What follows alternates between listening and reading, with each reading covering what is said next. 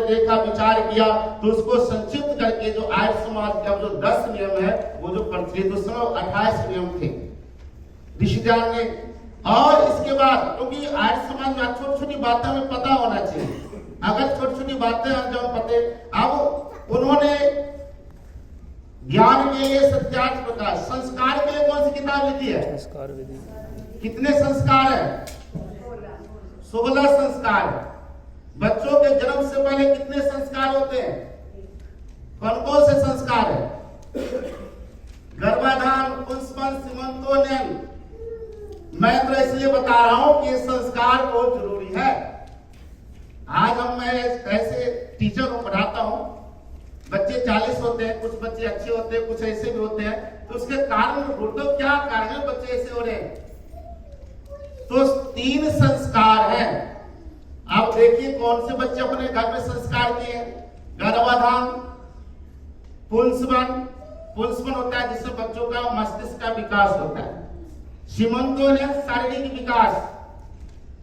जब ये कब हुआ? बच्चों के जन्म से पहले। उसमें मंत्र ऋषि ने लिखा हुआ है, मंत्र का विनियोग किया गया है, उसमें ये 3 संस्कार जन्म से पहले है। जन्म के बाद कौन संस्कार है? चौथा संस्कार जात कर्म संस्कार, जहां ऋषि लिखा है सोने की सलाखा से बच्चे के जीव के ऊपर ओम लिखना है। इसके बाद कौन सा है? नाम का नामकरण तो शायद करते ही होंगे सभी ने। अब तो 16 संस्कार है, समाप्त होते हो 2-3 संस्कार बच गए। नामकरण हो गए, इसके बाद विवाह हो गया, कोई मुंडन भी करा लेते हैं, और विवाह के बाद अंत में अंत्येष्टि तो हो ही जाता है। तो हम संस्कारों से भूल गए। आज क्या कारण है कि हमारे बच्चे अपने अभी बच्चा बढ़ता, अनुवर्ता पितु पुत्रो मात्रा बहुत समना जाया पते मधुमती वाचम बनती शांति। पिता का अनुवर्ती होना चाहिए बालक। अनुवर्ती कैसे होगा? मैंने कहा था पहले अपने जीवन में होगा तभी बच्चे सीखेंगे। कुछ काम ऐसे होते हैं जो अनुकरण से सीखता है।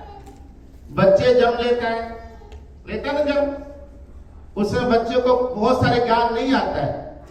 जिससे मान लो तैरना है, इंसान का बच्चा जन्म लेता है, उसको पानी में फेंको, तैरेगा क्या? पशु के बच्चों को फेंक दो, क्या करेगा वो? तैरेगा, क्योंकि जन्मजात संस्कार ले जा रहा हो तैरना। इंसान नहीं लेके आया, क्योंकि इंसान कहता है जन्मना जायते शूद्र संस्कारात् द्विज उच्यते। जन्म से सभी का अर्थ शुद्ध। ये आपको पता होना कि शरीर में 4 वर्ण है, पता ही नहीं? ब्राह्मण वसमुख मासिक बाहो रजन कृता, आप लोग कहीं है आचार्य जी है, उनको पता होगा कि ये शरीर में 4 वर्ण है, बाहर ढूंढने की जरूरत नहीं है। ब्राह्मण वसमुख मासिक, ये ऊपर का भाग ब्राह्मण कहा गया है। बाहु रजन कृता, ये जो बाहु है ये क्या है? क्षत्रिय है। पेट क्या है? वैश्य है। पैर क्या है? शूद्र है। चारों वर्ण यही है। हमने तो वर्ण कर्मों के आधार पर मानने लगे कि कर्म के आधार पर। आप देखिए पैर में कांटा चुभता है तो किसको पता लगता है? ब्राह्मण को पता लगता है, वे कांटा चुभ गया। कौन निकालता है? क्षत्रिय। सिर पे कोई वार करेगा, कौन बचाता है? क्षत्रिय बचाएगा।